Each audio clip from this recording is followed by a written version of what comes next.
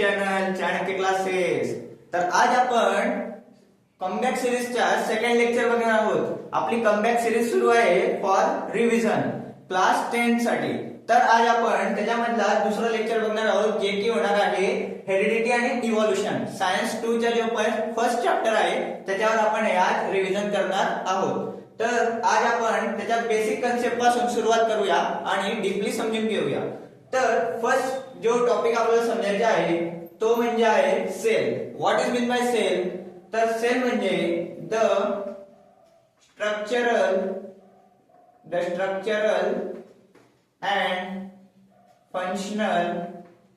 and functional unit of our body. आपल्या बॉडीचा एक छोटासा युनिट जो स्ट्रक्चरल आणि फंक्शनल युनिट आहे, आपल्या बॉडीचा छोटासा युनिट ज्याला आपण काय म्हणतो? सेल म्हणतो. काय म्हणतो? सेल म्हणतो. आपल्या हातावर जर आपण बघितलं तर बारीक बारीक डॉट डॉट आपल्याला दिसत असतात. मग एक डॉट म्हणजे काय? तर ती काय? आपली सेल आहे. मग सेल म्हणजे काय? The structural and functional unit of our body. Right. त्यानंतर आपण दुसरी कन्सेप्ट बघू, ती म्हणजे आहे काय? तर टिश्यू. तर टिश्यू म्हणजे काय? The group of cell is called tissue. अनेक सेल एकत्र आले तर आपण त्याला काय म्हणू शकतो? टिश्यू. राईट. अनेक सेल एकत्र आले, फॉर एक्झाम्पल ही एक सेल आहे. राईट. आता अनेक सेल जेव्हा एकत्र येतील, फॉर एक्झाम्पल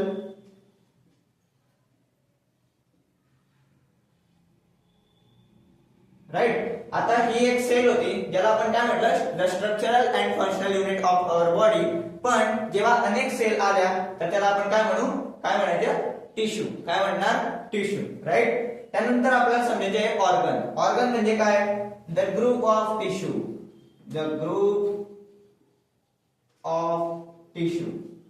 जेव्हा टिश्यूचे अनेक ग्रुप बनतात, तर तेव्हा काय होतं? तर ऑर्गन फॉर्म होतो. आणि ऑर्गनचे अनेक ग्रुप बनल्यावर काय फॉर्म होतो? ऑर्गन सिस्टीम फॉर्म होते. Organ system. आपल्या बॉडीमध्ये अनेक ऑर्गन सिस्टीम आहे, like digestive system, respiratory system. Right. आणि अनेक ऑर्गन सिस्टीम तयार झाल्यानंतर काय बनतं? तर बॉडी बनते. एक बॉडी तयार होते. राईट. म्हणजे फॉर एक्झाम्पल एक बुक असेल. राईट. एक बुक असेल तर त्या बुक मध्ये काय असतात? चॅप्टर्स असतात. राईट. चॅप्टर्स मध्ये काय असतात? तर पॅरेग्राफ्स असतात. आणि पॅरेग्राफ मध्ये काय असतात? तर सेंटेन्स असतात. आणि सेंटेन्स मध्ये काय असतं? तर वर्ड्स असतात. राईट. तर त्याचप्रमाणे इकडे सुद्धा असतं. आपल्या बॉडी समजा आपली एक बॉडी आहे, बरोबर? राईट. बॉडी आहे. तर बॉडी मध्ये काय काय आहे? सेल्स आहे. सेल्स कशा? अनेक सेल्स पासून काय बनले? टिश्यू बनले. अनेक टिश्यू पासून काय बनले? ऑर्गन्स बनले. अनेक ऑर्गन्स पासून काय बनले? ऑर्गन सिस्टीम बनली आहे. आणि ऑर्गन सिस्टीम पासून काय बनली आहे? तर एक कंप्लीट बॉडी बनली. काय बनली आहे? एक कंप्लीट बॉडी बनली. राईट. एक कंप्लीट बॉडी बनली. एवढं आपला टॉपिक बेसिक कन्सेप्ट साठी आपल्याला एवढं परफेक्ट आहे. यानंतर आपण आता जाणार आहे what is mean by heredity. आपलं जे चॅप्टरचे नाव आहे हेरिडिटी. तर हेरिडिटी म्हणजे नेमकं काय हे आता आपल्याला समजायचं आहे. मग what is mean by heredity? तर हेरिडिटी म्हणजे द ट्रान्सफर ऑफ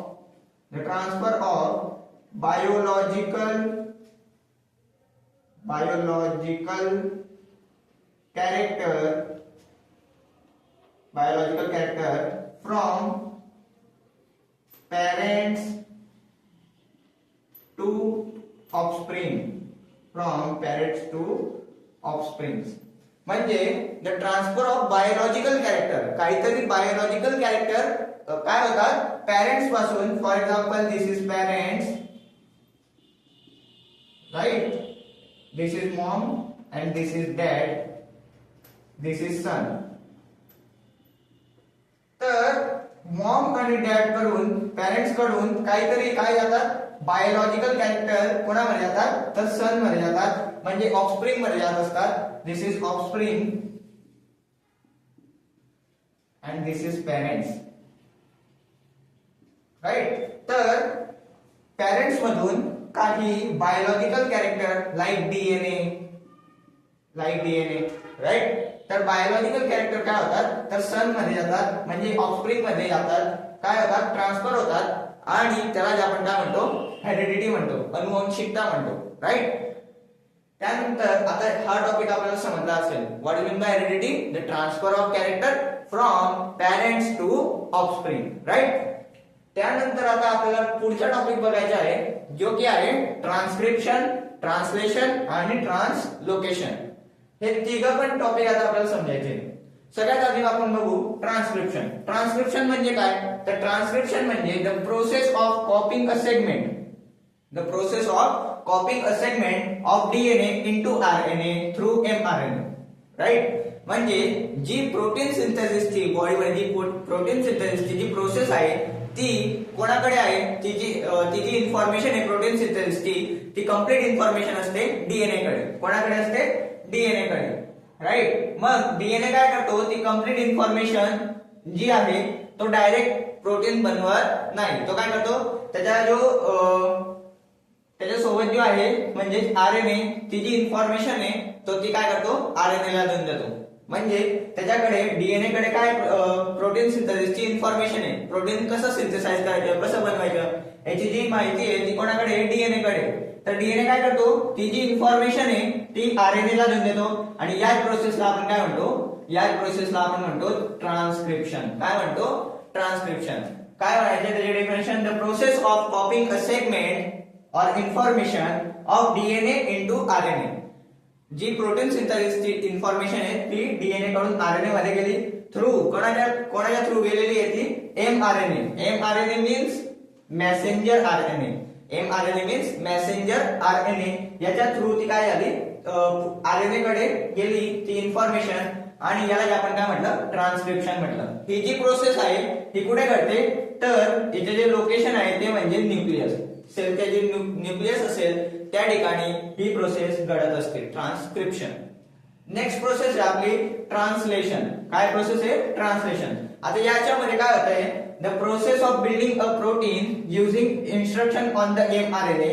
एमआरएनए ला जशी माहिती भेटली डीएनए कडून का प्रोटीन असं बनवायचे असतं, मग तो त्याचे काम करायला तिकडे सुरुवात त्याने केली. त्याने काय केलं, डीएनए मध्ये जे डीएनए आरएनए मध्ये जे न्यूक्लियोटाइड्स असतात डीएनए आरएनए मध्ये, तर ते जे न्यूक्लियोटाइड्स आहे राईट, तर या न्यूक्लियोटाइड्सला त्याने काय केलं कन्वर्ट केलं. हे जे न्यूक्लियोटाइड्स असतात adenine, guanine, cytosine, thymine, like असे जे काय आहे न्यूक्लियोटाइड्स, या न्यूक्लियोटाइड्सला त्यांनी काय केलं कन्वर्ट केलं. कशामध्ये केलं कन्वर्ट तर अमिनो ऍसिड मध्ये केलं. प्रोटीन केव्हा फॉर्म होईल तर chain of amino acid.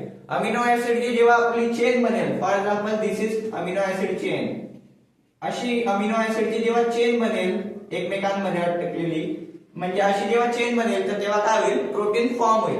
Right. मग प्रोटीन फॉर्म करण्यासाठी काय केलं त्याने न्यूक्लियोटाइड्सला कन्वर्ट केलं कशामध्ये अमिनो ऍसिड्स मध्ये. आणि याच प्रोसेसला आपण म्हणतो ट्रान्सलेशन.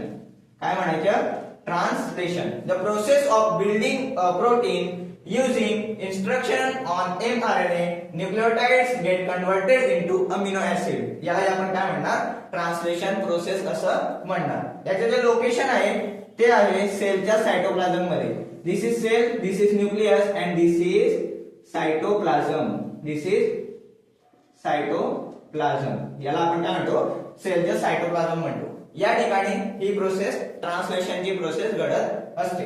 पुढची नेक्स्ट प्रोसेस आहे ट्रान्सलोकेशन. आता ट्रान्सलोकेशन म्हणजे काय, आता अमिनो ऍसिड तर तिकडे फॉर्म झालेले आहे राईट. समजा ही एक सेल आहे तिकडे आता आहे ना, त्यांनी काय केलं आहे न्यूक्लियोटाइड्स पासून, हे जे न्यूक्लियोटाइड्स होते तर याच्यापासून त्यांनी काय बनवले अमिनो ऍसिड्स बनवून घेतलेले राईट. अमिनो ऍसिड्स बनवलेले, काय केलेले अमिनो ऍसिड्स बनवलेले अशा प्रकारे. मग the ribosomes keep moving from one end of mRNA to other end by distance of the triplet codon. This is called their translocation. आता हे कसे आहे रँडम आहे. अमिनो ऍसिड कसे दिसत आहे आपल्याला, त्यांचे जे मॉलिक्युल आहे ते कसे दिसत आहे रँडम दिसत आहे. तर त्याला यांनी काय केलं ट्रान्सलोकेशन मध्ये एका चेन मध्ये लावलं. काय केलं एका चेन मध्ये लावलं लाईक दिस चेन, आणि याला ही अमिनो ऍसिडची चेन झाली. कसली चेन झाली? Amino acid, chain of amino acid ती फॉर्म झाली. आणि मग काय बनलं इकडे? काय बनलं? तर प्रोटीन फॉर्म झालं. काय फॉर्म झालं? प्रोटीन फॉर्म झालं. आणि याला आपण म्हणतो, या प्रोसेसला आपण म्हणतो ट्रान्सलोकेशन. काय म्हणतो? ट्रान्सलोकेशन. म्हणजे या तिघ प्रोसेस जेव्हा कंप्लीट होतात तेव्हा काय फॉर्म होतोय? तर प्रोटीन फॉर्म होतोय. काय फॉर्म होतोय? प्रोटीन सिंथेसाइज होतोय, प्रोटीन फॉर्म होतोय. काय फॉर्म होतोय? प्रोटीन फॉर्म होत आहे. एवढं तुम्हाला समजलंय, राईट? त्यानंतर आता आपण नेक्स्ट टॉपिक कडे जाऊ, तो म्हणजे म्युटेशन. आता म्युटेशन हा टॉपिक तुम्हाला अनेक वेळा एक्झाम मध्ये विचारला जातो, त्याची डेफिनेशन वगैरे विचारली गेली आहे. तर म्युटेशन म्हणजे काय? तर sometimes any nucleotide of the gene changes into position. For example, gene मध्ये म्हणजे काय? Segment of DNA, right? डीएनएचा जो सेगमेंट असतो, डीएनएचा जो सेगमेंट असतो त्याला आपण काय म्हणतो? राईट? डीएनएचा जो सेगमेंट आहे त्याला आपण काय म्हणतो? जीन. त्याला आपण काय म्हणतो? जीन म्हणतो. आता याच्यामध्ये काय होत आहे? तर त्याची जी न्यूक्लियोटाइडची जी सिक्वेन्स आहे, न्यूक्लियोटाइडची जी सिक्वेन्स असते डीएनए मध्ये, तर त्याच्यामध्ये काहीतरी छोटासा चेंज होऊन जातो. त्याच्या पोझिशन मध्ये काय होतो? चेंज होतो. Like adenine, guanine, cytosine, thymine. Adenine, guanine, cytosine, thymine, right? अशा प्रकारे सुरू आहे. पण काय झालं? इकडे ग्वानिनच्या जागेवर ना परत एक वेळा थायमिन येऊन गेला. समजा काहीतरी थोडासा न्यूक्लियोटाइड्स मध्ये काय झाला? चेंजेस झाला. आणि त्या चेंजेस मुळे काय झालं? तर तिकडे त्या मायनर चेंजेस मुळे काय झालं? तिकडे एक गोष्ट घडली, आणि त्याला आपण काय म्हणतो? त्याच प्रोसेसला आपण काय म्हणतो? म्युटेशन. म्हणजे न्यूक्लियोटाइड्स मध्ये थोडासा मायनर काहीतरी चेंज झाल्यामुळे तिकडे काहीतरी वेगळी गोष्ट घडली असेल, काहीतरी वेगळं फॉर्म झाला असेल, बॉडीच्या एखादा पार्ट्स वेगळा फॉर्म झाला असेल, तर याच प्रोसेसला आपण काय म्हणतो? म्युटेशन असं म्हणतो, राईट? आता आपण नेक्स्ट टॉपिक बघणार आहोत, जो म्हणजे आता नेक्स्ट टॉपिक मध्ये आपण बघतोय इव्होल्युशन. आता इव्होल्युशन हा जो टॉपिक आहे तो म्हणजे आपल्या चॅप्टरचा नेक्स्ट टॉपिक. आता पुढच्या टॉपिक कडे आपण गेलेलो आहे. आपला जो हेरिडिटीचा कंप्लीट पार्ट होता तो आता आपला झालेला आहे. त्यानंतर आता आपण इव्होल्युशन कडे जातोय. आता इव्होल्युशन म्हणजे काय? तर इव्होल्युशन म्हणजे काय? तर उत्क्रांती, राईट? उत्क्रांती. मानवाची जशी उत्क्रांती होत गेलेली त्याला आता आपल्याला याच्यामध्ये समजायचं आहे कशा प्रकारे उत्क्रांती झालेली आहे, इव्होल्युशन झालेलं आहे. तर फिक्स डेफिनेशन काय असू शकते इव्होल्युशनची, जी आपण एक्झाम मध्ये लिहू शकतो? तर इव्होल्युशनची डेफिनेशन आहे ग्रॅज्युअल चेंजेस. म्हणजेच काय? तर very slow changes. Gradual changes होत असतात, म्हणजे खूपच स्लो चेंजेस होत आहे. And continuous process. ही जी प्रोसेस आहे हळूहळू चेंज होण्याची, तर ही जी प्रोसेस आहे ती कंटिन्युअसली सुरू आहे. याला आपण ही चेंजेस इन लिव्हिंग ऑर्गॅनिझम, ही जी चेंजेस होत आहे तर हे कशामध्ये होत आहे? लिव्हिंग ऑर्गॅनिझम मध्ये होत आहे. लिव्हिंग ऑर्गॅनिझम मध्ये होत आहे. आणि हे कसे होत आहे? तर लॉंग ड्युरेशन साठी होत आहे. अनेक काळापर्यंत ते चेंजेस हे स्लोली होतच आहे. आणि याला आपण काय म्हणतो? Is called as evolution. याला आपण काय म्हणतो? इव्होल्युशन असं म्हणतो. समजले डेफिनेशन काय evolution? The gradual changes, continuously process of changes in living organism, long duration. आणि कसं आहे? तर लॉंग ड्युरेशन साठी स्लो चेंजेस होत असतात. याला आपण काय म्हणतो? इव्होल्युशन असं म्हणतो, राईट? त्यानंतरचे टॉपिक आहे आपल्याकडे नॅचरल सिलेक्शन. मग याच्यामध्ये आपल्याला काय समजायचं आहे? The formation of new species. The formation of new species due to change in specific character. काहीतरी कॅरेक्टर मध्ये थोडी स्लो प्रोसेस मध्ये काहीतरी चेंजेस होत आहेत आणि नवीन स्पेसिस ही बनत आहे of living organism over several generation. अनेक जनरेशन पर्यंत ते हळूहळू स्लोली चेंजेस होत आहे आणि त्यानंतर काहीतरी स्पेसिफिक कॅरेक्टर आपल्याला मध्ये ते चेंजेस येत आहे. याला आपण as a response to natural selection, आपण यालाच काय म्हणतो? तर नॅचरल सिलेक्शन असं म्हणत असतो, राईट? नेक्स्ट टॉपिक आहे आपल्याकडे ओरिजिन ऑफ लाईफ. आता ओरिजिन ऑफ लाईफ म्हणजे काय? तर लाईफ जी आहे, लिव्हिंग थिंग जे आहे, तर त्यांचे ओरिजिन कोण आहे? कुठून हे लिव्हिंग थिंग सगळे आले, राईट? तर त्याचे ओरिजिन कोण आहे ते आपण आता बघू. तर अर्थ 3.5 बिलियन इयर अगो 3.5 बिलियन इयर एगो जर आपण बघितलं तर अर्थवर लाईफ वॉज नॉन एक्झिस्टंट. आपण जर पुरावे बघितले म्हणजे जर थोडीशी हिस्ट्री जर आपण इकडे बघितली तर आपल्याला असं लक्षात येईल का 3.5 बिलियन वर्षा पहिले कोणताच लिव्हिंग थिंग अर्थवर एक्झिस्ट करत नव्हता. But the earth likely had only simple element. अर्थवर काय होतं, फक्त सिंपल एलिमेंट होते आणि बेसिक ऑर्गॅनिक आणि इनऑर्गॅनिक कंपाऊंड होते. म्हणजे कोणत्याही प्रकारची लिव्हिंग ऑर्गॅनिझम अर्थवर एक्झिस्ट करत नव्हती. तरी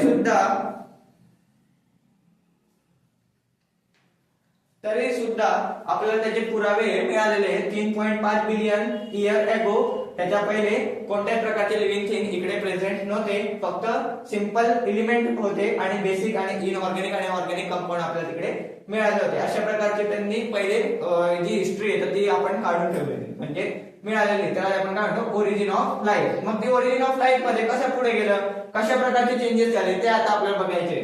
तर कॉम्प्लेक्स मॉलिक्युल बनला over a long period of time. काही काळानंतर काय झालं तर कॉम्प्लेक्स कंपाऊंड बनले. जे आपल्या इकडे सिंपल एलिमेंट होते त्याच्यापासून काय झालं तर कॉम्प्लेक्स कंपाऊंड बनले. लाईक कशासारखे तर प्रोटीन सारखे, न्यूक्लिक ऍसिड सारखे फॉर्म झाले आणि सिंपल एलिमेंट पासून ते फॉर्म झाले. त्यानंतर आपण जर बघितलं तर हळूहळू पुढे जेव्हा उत्क्रांती होत गेली, इव्होल्युशन झालं, त्यामध्ये थोडे थोडे काहीतरी चेंजेस होत गेले. तेव्हा काय झाले तर फर्स्ट सेल ही डेव्हलपमेंट झाली. कुठे झाली तर ओशन मध्ये त्याची डेव्हलपमेंट झाली असं सांगितलं जातं. आणि त्याची डेव्हलपमेंट ही ओशन मध्ये झाल्यावर primitive cell formed from mixture of this organic and inorganic compound. हे जे आपण बघितले ऑर्गॅनिक आणि इनऑर्गॅनिक कंपाऊंड 3.5 बिलियन वर्षा पहिले सुद्धा ते एक्झिस्ट करत होते, जे कंपाऊंड आहे इनऑर्गॅनिक आणि ऑर्गॅनिक. तर त्याच्यापासून हळूहळू त्याच्यामध्ये चेंजेस होत गेले आणि त्यानंतर ओशनिक मध्ये म्हणजे ओशन मध्ये एक सेल तयार झाली, एक प्रिमेटिव्ह सेल तयार झाली आणि त्या प्रिमेटिव्ह सेल पासून मग इव्होल्युशन हळूहळू होत गेलं. कशा प्रकारे झालं तर ते आपण आता थेअरी ऑफ इव्होल्युशन या टॉपिक मध्ये बघू. मग थेअरी ऑफ इव्होल्युशन मध्ये काय बघायचे तर evolution moved from unicellular organism. सगळ्यात पहिले काय झालं तर एक सेल तयार झाली. मग एक सेलचे काय केलं तर ते मायटोटिक डिव्हिजन झालं, म्हणजे त्याचं सिंपल डिव्हिजन झालं एक प्रकारे आणि 2 सेल झाल्या त्याच्यामधून. अजून त्यांचे अनेक सेल बनत गेल्या. अशा सिंगल सेलचे अनेक ऑर्गॅनिझम सगळ्यात आधी बनले. म्हणून सगळ्यात पहिले काय म्हटलंय तर evolution moved from unicellular organism. Evolution कुठून झालंय तर सगळ्यात आधी युनिसेल्युलर म्हणजे एक सेल, एक पेशीय प्राणी जे आहेत तर त्याच्यापासून काय झालं इव्होल्युशनची सुरुवात झाली. आणि सर्वात आधी जसे लाईक अमिबा वगैरे जे ऑर्गॅनिझम आहे जे युनिसेल्युलर आहेत तर ते तिकडे सगळ्यात आधी फॉर्म झाले. To large more complex organism आणि नंतर हळूहळू मोर लार्ज ऑर्गॅनिझम हे हृदयास आले, म्हणजे ते हळूहळू त्यांची इव्होल्युशन झालं. त्याच्या ते होण्यासाठी ड्युरेशन होता. The total duration of this gradual change, हा जो चेंज झाला एक सेल बनली त्यापासून युनिसेल्युलर अनेक सेल बनल्या, तर याच्यासाठी लगभग आहे ना तर 300 करोड एवढे वर्ष 300 करोड एवढे वर्षापासून ते त्याच्यामध्ये स्लोली चेंज होत गेला. आणि मल्टी डायमेन्शनल इव्होल्युशन केव्हा झालं आता आपण बघतो. All round are multi dimensional leading to the last vast diversity of organism is seen today. आज आपण बघतो अनेक ऑर्गॅनिझम, लिव्हिंग ऑर्गॅनिझम आपण आता बघतोय तर ते सगळे त्यांचे जे ओरिजिन आहे तर ते ओरिजिन फक्त काय एक सिंपल सेल तिकडे सगळ्यात आधी बनली होती जी ओशियनिक मध्ये बनली होती. त्यानंतर त्याच्या अनेक मायटोटिक डिव्हिजन झाले, अनेक युनिसेल्युलर तिकडे फॉर्म झाले. त्याच्यामध्ये काय झालं तर हळूहळू इव्होल्युशन झालं आणि इव्होल्युशन झाल्यावर हळूहळू ते कॉम्प्लेक्स बनले आणि कॉम्प्लेक्स बनल्यानंतर पूर्ण ऑर्गॅनिझम आता जी आपण वास्ट डायव्हर्सिटी जी बघतो तर ती त्याच्यापासून सगळी फॉर्म झालेली आहे. ही अशा प्रकारची आता आपला हा पुढचा टॉपिक आता थेअरी ऑफ इव्होल्युशन इकडे संपलेला आहे. आता आपण पुढच्या टॉपिक कडे जाऊ जो की आहे एव्हिडन्सेस ऑफ इव्होल्युशन. म्हणजे हे जे इव्होल्युशन आपण आता बघितलं की अशा प्रकारे त्याची चेंजेस होत गेले, ग्रॅज्युअल चेंजेस होत गेले. मग हे जे चेंजेस आहेत तर त्याचे काही पुरावे तर मिळायला पाहिजे ना. डायरेक्ट आपण असं सांगू शकतो का 3.5 वर्ष पहिले इकडे कोणी नव्हतं असं वगैरे. तर हे सगळे पुराव्यानुसार त्याला प्रूव्ह केलं गेलेलं असतं आणि ते जे पुरावे आहेत म्हणजे एव्हिडन्सेस आहेत तर ते एव्हिडन्सेस आपल्याला मिळालेले आहेत. तोच टॉपिक आता आपण बघू, एव्हिडन्सेस ऑफ इव्होल्युशन. आता एव्हिडन्सेस ऑफ इव्होल्युशन म्हणजे काय तर एव्हिडन्सेस ऑफ इव्होल्युशन म्हणजे पुरावे. बरोबर. एव्हिडन्सेस म्हणजे काय, पुरावे. कसले, तर इव्होल्युशनचे पुरावे. मग एव्हिडन्सेस ऑफ इव्होल्युशन मध्ये these are proof that support the theory of all living organisms have a common ancestor. आता हे काय म्हणतंय, तर जे काही सर्व आपल्याला प्रूफ भेटलेले आहे, बरोबर, कशाबद्दलचे, एव्हिडन्सेस बद्दलचे, त्याच्यावरून आपल्याला असं समजतं की एक कॉमन एन्सिस्टर होतं. आपले जे सर्व लिव्हिंग ऑर्गॅनिझमचे जे काही पूर्वज आहे ते सगळे काय असेल, तर एकच असेल, म्हणजे काय, कॉमन एन्सिस्टर असेल. तर अशा प्रकारे आपण त्याचे एव्हिडन्सेस ऑफ इव्होल्युशन असं सांगू शकतो. मग त्याचे कोणकोणते पुरावे आपल्याला मिळालेले आहेत, तर आपल्याला ना त्याचे 6 प्रकारचे पुरावे आता बघायचे. एव्हिडन्सेस आपल्याला 6 प्रकारचे बघायचे. मग सर्वात आधी पहिला म्हणजे काय, तर मॉर्फोलॉजिकल एव्हिडन्सेस. आता मॉर्फोलॉजिकल एव्हिडन्सेस म्हणजे काय, तर त्याच्या नावामध्ये आपल्याला समजेल. मॉर्फोलॉजी म्हणजे काय, तर एक्सटर्नल स्ट्रक्चर, बरोबर. तर आपले जे बॉडीचे एक्सटर्नल स्ट्रक्चर असेल त्याच्याबद्दलचे काही पुरावे भेटले असतील, त्याच्याबद्दलचे काही पुरावे असतील, त्याच्यानुसार आपण त्याला काय म्हणू, मॉर्फोलॉजिकल एव्हिडन्सेस, राईट. त्यानंतर आहे similarities in external feature. Morphological evidences म्हणजे काय, तर सिमिलरिटीज इन एक्सटर्नल फीचर, बाहेरचे स्ट्रक्चर, बॉडीच्या बाहेरचे स्ट्रक्चर याच्यामध्ये जे आहे तर त्याच्यामध्ये काय असेल, सिमिलरिटीज असेल, सारखेपणा असेल. Like the structure of the mouth, ज्या प्रकारे एक्सटर्नल स्ट्रक्चर म्हणजे माउथ, पोझिशन ऑफ आईज और lip shape, this indicate a share origin. हे काय इंडिकेट करतं, तर एक जे काही ओरिजिन आहे ते काय असेल, एक कॉमन एन्सिस्टर असेल. म्हणजे सगळ्यात आधी जे काही पूर्वज असतील तर ते काय असतील, तर कॉमन असतील. अशा प्रकारे ते मॉर्फोलॉजिकल एव्हिडन्सेस आपल्याला शो करून देत असतं, राईट. त्यानंतर आपलं एनाटॉमिकल एव्हिडन्सेस. आता आपण मॉर्फोलॉजिकल बघितलं, काय बघितलं, मॉर्फोलॉजी मध्ये एक्सटर्नल स्ट्रक्चर, काय बघितलं, external structure of body, right. त्यानंतर आता जे आहे ते एनाटॉमिकल एव्हिडन्सेस. आता एनाटॉमिकल एव्हिडन्सेस म्हणजे काय, तर बॉडीचं इंटरनल स्ट्रक्चर. बॉडीचे इंटरनल स्ट्रक्चर सुद्धा अनेक लिव्हिंग ऑर्गॅनिझमच्या सिमिलरिटीज आपल्याला दिसतात आणि त्याच्यावरून आपण म्हणतो का ती जी सिमिलरिटीज दिसते तर त्याच्यावरून आपण काय सांगतो का ते सर्व काय असतील, तर कॉमन एन्सिस्टर असतील. समजून घेऊ आपण एनाटॉमिकल एव्हिडन्सेस. मग एनाटॉमिकल एव्हिडन्सेस मध्ये काय काय, तर similarities in the internal structure of bones and joint. आपल्या बॉडीचे मधले लिव्हिंग ऑर्गॅनिझमच्या आतील जे बोन्स आहेत, जॉइंट्स आहेत, स्ट्रक्चर आहेत, तर ते अनेक सिमिलरिटीज दिसते वेगवेगळ्या ऑर्गॅनिझम सोबत किंवा वेगवेगळे लिव्हिंग ऑर्गॅनिझम सोबत. तर विल देअर फंक्शन डिफर, त्यांचे फंक्शन जरी वेगवेगळे असले तरी सुद्धा the bone structure suggest a common ancestor. तरी ते बोनचे जे स्ट्रक्चर आहे त्याच्यावरून आपण असं सांगू शकतो, असं म्हणू शकतो की हे सर्व काय असतील, तर कॉमन एन्सिस्टर पासून ते हृदयास आले असतील. म्हणजे एनाटॉमिकल एव्हिडन्सेस हे आपल्याला ते दाखवून देत असतात. कशाबद्दलचे, तर इव्होल्युशन बद्दलचे. म्हणजे काय, तर इव्होल्युशन मध्ये काय झालेलं आहे, काही एव्हिडन्सेस भेटले आपल्याला. सर्वात आधी आपण काय बघितलं, मॉर्फोलॉजिकल एव्हिडन्सेस म्हणजे external structure of our body is similarities in various living organism. नंतर बघितलं आपण एनाटॉमिकल एव्हिडन्सेस. एनाटॉमिकल एव्हिडन्सेस मध्ये काय बघितलं, तर internal structure of body is similarities in various living organism. त्यानंतर जे आपला पार्ट आहे तो म्हणजे वेस्टिजियल ऑर्गन. अनेक जे लिव्हिंग ऑर्गॅनिझम आहेत त्यांच्यामध्ये अनेक डिजनरेटेड पार्ट किंवा मग तो पूर्णपणे अंडर डेव्हलपेड म्हणजे पूर्ण डेव्हलप झालेला नाही. अनेक ऑर्गॅनिझम मध्ये असे पार्ट असतात, त्याला आपण काय म्हणतो, वेस्टिजियल ऑर्गॅनिझम. मग degenerated or under developed organs that are useless, ते जे ऑर्गन आहे ते युजलेस असतात, ते कोणत्याही कामात येत नाही. In one organism but may be function in other.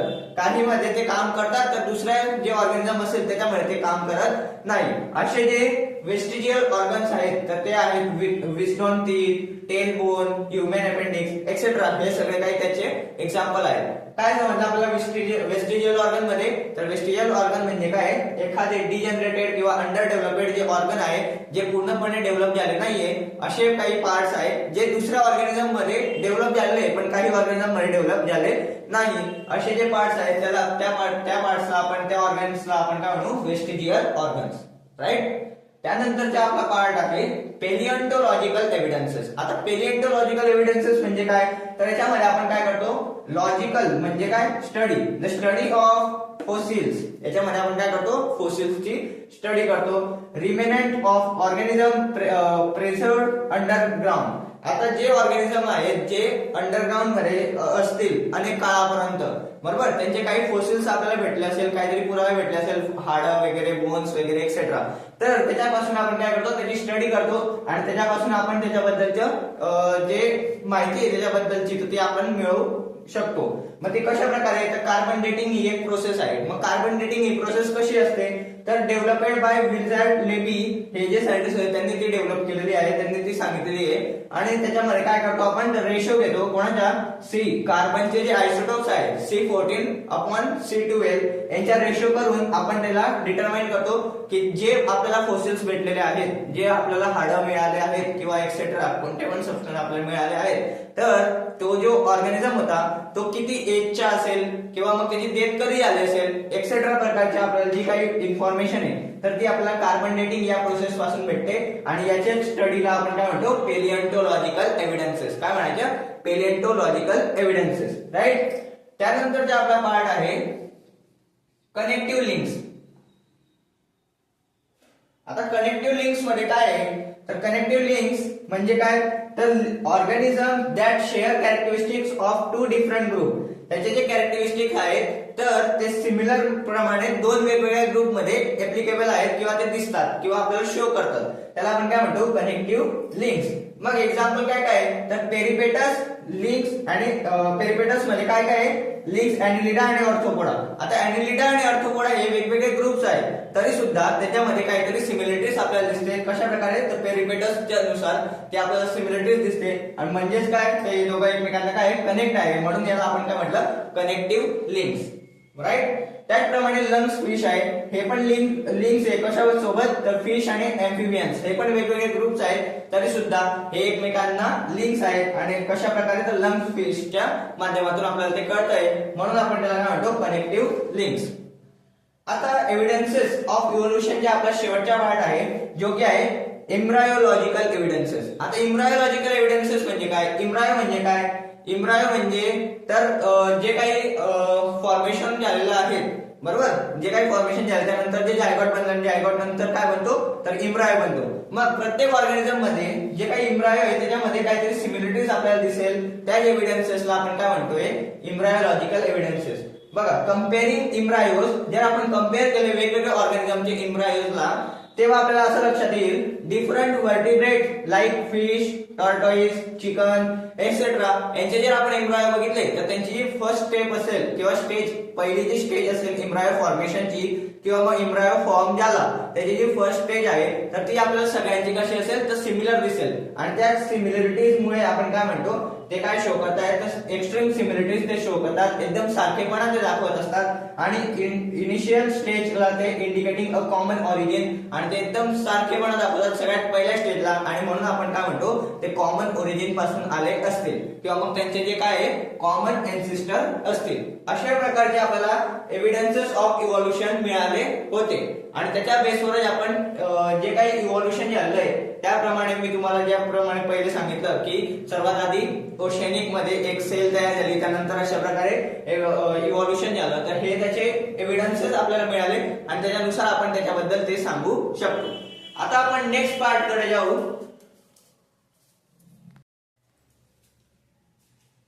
आता लॅमार्किझम ही प्रोसेस आता आपल्याला समजायची.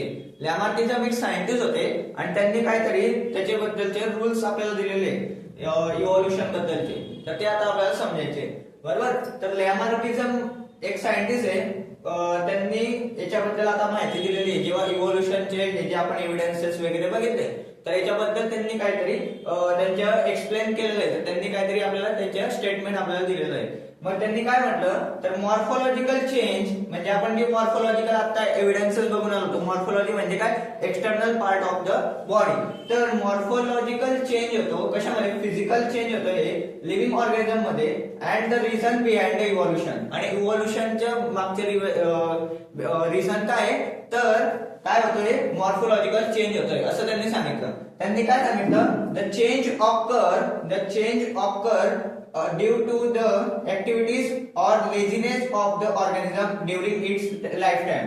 तो जो ऑर्गॅनिझम आहे तो लाईफ टाइम मध्ये काय करतोय, एक तर काही काही ऍक्टिव्हिटीज करतोय किंवा मग तो काय आहे, लेझीनेस आहे. तो पूर्ण कसा आहे, तर लेझी सारखा पडलेला आहे तो, त्यामुळे काय होते तर त्याच्यामध्ये काहीतरी चेंजेस येत आहे. अशा प्रकारचे स्टेटमेंट लॅमार्किझम यांनी आपल्याला सांगितलं होतं. मग ते अजून काय म्हणाले, if an organ is use frequently, म्हणजे आपण आता बघितलं ना, तो काहीतरी ऍक्टिव्हिटी करतोय, एखादा जो ऑर्गॅनिझम आहे तो काहीतरी ऍक्टिव्हिटी करतोय म्हणून त्याचे इव्होल्युशन होत आहे, किंवा तो लेझीनेस सारखा बसलेला आहे म्हणून त्याचे इव्होल्युशन होत आहे असं त्यांनी सांगितलं. तर त्यांनी पुढे काय सांगितलं, जी ऍक्टिव्हिटी तो करतोय कंटिन्युअसली फ्रिक्वेंटली परत परत जी ऍक्टिव्हिटी तो करतोय, तर तो ज्या पार्ट बॉडी पार्टचा जो पार्ट वापरतो तिकडे परत परत, तर तो जो पार्ट आहे डेव्हलप्स अँड बिकम स्ट्रॉंगर. तो जो पार्ट असेल त्याच्या, म्हणजे एक ऑर्गॅनिझम आहे राईट, तो त्याच्या आहे ना परत परत एक ऍक्टिव्हिटी करतोय, परत परत ती ऍक्टिव्हिटी करताना त्याच्या बॉडीचा एखादा पार्ट तो वापरत आहे,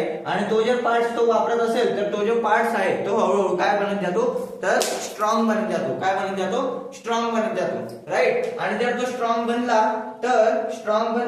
तर त्यानंतर एक्झाम्पल म्हणून आपण समजू शकतो, तर काय, the long neck of giraffe. आता जिराफचे कसं होते, तर जिराफचे जर आपण पहिलेचे जर आपण जिराफ बघितले, म्हणजे त्यांचे जे इव्होल्युशन बघितलं, तर त्यांची जी नेक होती तर ती लिमिटेड होती, एवढी जास्त हाय नव्हती, एवढी लॉंग नेक त्यांना नव्हती. पण त्यांनी काय केलं, तर फ्रिक्वेंटली तिकडे काय होतं, त्यांची ऍक्टिव्हिटी होत होती. कशा प्रकारची, तर ते झाडावरचे जे लिव्स आहेत पानं आहेत, तर ते खात असतात बरोबर, तर ते इट करतात त्याला. तर ते करताना त्यांची जी नेक आहे तर ते खूप जास्त वरती करतात, आणि त्यानंतर ती कंटिन्युअस ती ऍक्टिव्हिटी करत असतात, आणि त्या ऍक्टिव्हिटीमुळेच काय झाले, तर त्यांची जी नेक आहे तर ती काय झाली, स्ट्रॉंग बनली, आणि कशी झाली, लॉंग झाली बरोबर. स्ट्रॉंग बनली आणि कशी झाली, लॉंग झाली. आणि याला आपण काय म्हणतो, आणि हे जे आहे तर ही जी गोष्ट आहे तर ती लॅमार्क बिलीव त्यांनी बघितलं, ज्या प्रकारे जिराफ मध्ये झालं त्या प्रकारे त्यांनी मग पुढे सांगितलं, physical modification and animal gain during its life acquire character are passed down into offspring. आणि त्यानंतर त्यांनी सांगितलं, हे जे स्ट्रॉंग नेक त्यांची आता बनून गेली, स्ट्रॉंग एखादा बॉडी पार्ट बनून गेला कंटिन्युअस ऍक्टिव्हिटी करून, तर तो पुढच्या जनरेशन मध्ये ज्याप्रमाणे आता त्यांच्या स्ट्रॉंग बनलेला त्या प्रमाणाच्या पुढच्या जनरेशन मध्ये तो येत असतो. अशा प्रकारचे त्यांनी लॅमार्किझमने आपल्याला सांगितलं होतं. म्हणजे काय, तर हा जो पार्ट आहे त्यांच्या ऍक्टिव्हिटी, ही जी ऍक्टिव्हिटी केली त्याच्यापासून जो स्ट्रॉंग पार्ट त्यांच्या बनला, तर तो स्ट्रॉंग पार्ट ऑफस्प्रिंग मध्ये सुद्धा येत असतो. आणि म्हणून आज आपण जे बघतो तर जिराफची जी नेक आहे ती कशी असते, लॉंग असते बरोबर. तर अशा प्रकारचे त्यांचे काय आहे, तर नेक्स्ट जनरेशन मध्ये त्यांचे जे स्ट्रॉंगर आहे तर ते स्ट्रॉंग पार्ट पुढे पुढे जात असतात, आणि त्यांचे जे इव्होल्युशन आहे ते या प्रकारे होत असतं. अशा प्रकारचे जे स्टेटमेंट होतं ते आपल्याला लॅमार्किझम हे सायंटिस्टांनी आपल्याला तिकडे दिलं होतं राईट. नेक्स्ट आपला पार्ट आहे तो म्हणजे काय, स्पेसिएशन. आता स्पेसिएशनची तुम्हाला डेफिनेशन येऊ शकते एक्झामला, म्हणून आपण आता समजून घेऊ. तर स्पेसिएशन म्हणजे काय, the formation of new species of a plant and animal as an effect of evolution. Evolution झाल्यामुळे नवीन स्पेसिस हृदयास येते, अशा प्रकारचे जे स्टेटमेंट आहे तर ते म्हणजे काय, स्पेसिएशन. याला आपण काय म्हणतो, स्पेसिएशन. म्हणजे काय म्हणताय, इव्होल्युशन झाल्यामुळे नवीन नवीन स्पेसिस तिकडे हृदयास येतात, नवीन नवीन प्रजाती तिकडे बनतात, याच पार्टला आपण काय म्हणतो, स्पेसिएशन असं म्हणतो राईट. आता आपला या चॅप्टरचा लास्ट पार्ट आहे जो की आहे ह्यूमन इव्होल्युशन. आता ह्यूमन इव्होल्युशन तुम्हाला एक्झाम मध्ये 3 ते 4 मार्काला हा क्वेश्चन येत असतो. मग हे जर टॉपिक तुम्ही जर तिकडे लिहिले तरी सुद्धा तुम्हाला 4 मार्क हे कंप्लीट मिळणार आहे. म्हणून आता नीट समजून घेऊ आपण ह्यूमन इव्होल्युशन. ह्यूमन इव्होल्युशन म्हणजे काय, तर human evolution started from simple unicellular organism. आपल्याला माहिती आहे ज्याप्रमाणे आपण आता या चॅप्टर मध्ये शिकलोय की ह्यूमन इव्होल्युशन कुठून सुरू झालं, सर्वात आधी कोणत्या पण लिव्हिंग ऑर्गॅनिझमचे इव्होल्युशन कुठून सुरुवात झालं, तर ओशियनिक मध्ये एक लहानशी युनिसेल्युलर तिकडे सेल प्रेझेंट झाली होती, आणि त्याच्यापासून मग हळूहळू काय बनले, तर हळूहळू लिव्हिंग ऑर्गॅनिझमची सुरुवात झाली. हे आता आपल्याला माहिती आहे. मग प्रोसेस दॅट मेजर स्टेज. मग आता आपल्याला वेगवेगळ्या इव्होल्युशनच्या, ह्यूमन इव्होल्युशनच्या काही मोठ्या मोठ्या स्टेज आपण बघणार आहोत. मग टाइम एगो पहिल्या मध्ये 7 इयर एगो, आजपासूनच्या जर आपण 7 करोड इयर पहिले जर बघितलं तर इव्होल्युशन स्टेज तिकडे काय होती, एशियंट मंकी लाईक एनिमल होते. तिकडे सगळे काय होते, मंकी सारखे एनिमल प्रेझेंट होते. मग त्याचे जे की फीचर्स होते ते म्हणजे evolve from ancestor similar to the modern lemur. आता जे लेमूर आपण बघतो त्या प्रकारचे ते मॉडर्न मंकी तिकडे प्रेझेंट एन्सेस्टर त्यांच्या प्रमाणे ते प्रेझेंट होते. मंकी लाईक एनिमल तिकडे प्रेझेंट होते. त्यानंतर जर आपण पुढे बघितलं तर 4 करोड इयर एगो जर आपण बघितलं तर त्यांची जी मंकीची जी टेल असते तर ती टेल जी झाली ती काय झाली डिस्पर्स व्हायला लागली. डिस्पर्स झाली की टेल काय होती तर डिस्पर्स व्हायला लागली, नष्ट व्हायला लागली. आणि त्यांचे जे की फीचर्स होते तर apex stand evolving in Africa आणि आफ्रिकामध्ये आपल्याला त्यांचे जे अवशेष आहे एव्हिडन्सेस आहे ते मिळाले आहेत. त्यानंतर जर आपण बघितलं 2.5 करोड इयर एगो म्हणजे त्यांचे हे जे आपण बघतो इव्हॉल्युशन तर ते आपण एव्हिडन्सेस वरूनच बघतोय बरोबर. तर 2.5 करोड इयर एगो गोरिला अँड चिंपांजी अशा प्रकारचे अॅनिमल तिकडे प्रोड्यूस झाले. अशा प्रकारचे अॅनिमल तिकडे आले म्हणजे त्यांचे इव्हॉल्युशन झालं आणि अशा प्रकारचे अॅनिमल तिकडे फॉर्म झाले. आणि त्यांचे जे फीचर्स होते epics that stayed in Africa evolve in the species आणि तशा स्पेसिस नुसार ते आफ्रिकामध्ये फिरत असेल. त्यानंतर नेक्स्ट 2 करोड इयर एगो जर आपण बघितलं तर आमाफिथिकस नावाचे जे इव्हॉल्युशनरी स्टेज आला तिकडे. आणि त्यानंतर तिकडे आपण म्हणू शकतो का त्यांचे जे की फीचर्स होतं तर एक प्रकारचे काय आहे ह्युमन लाईक एनिमल ते हळूहळू बनायला सुरुवात झाली.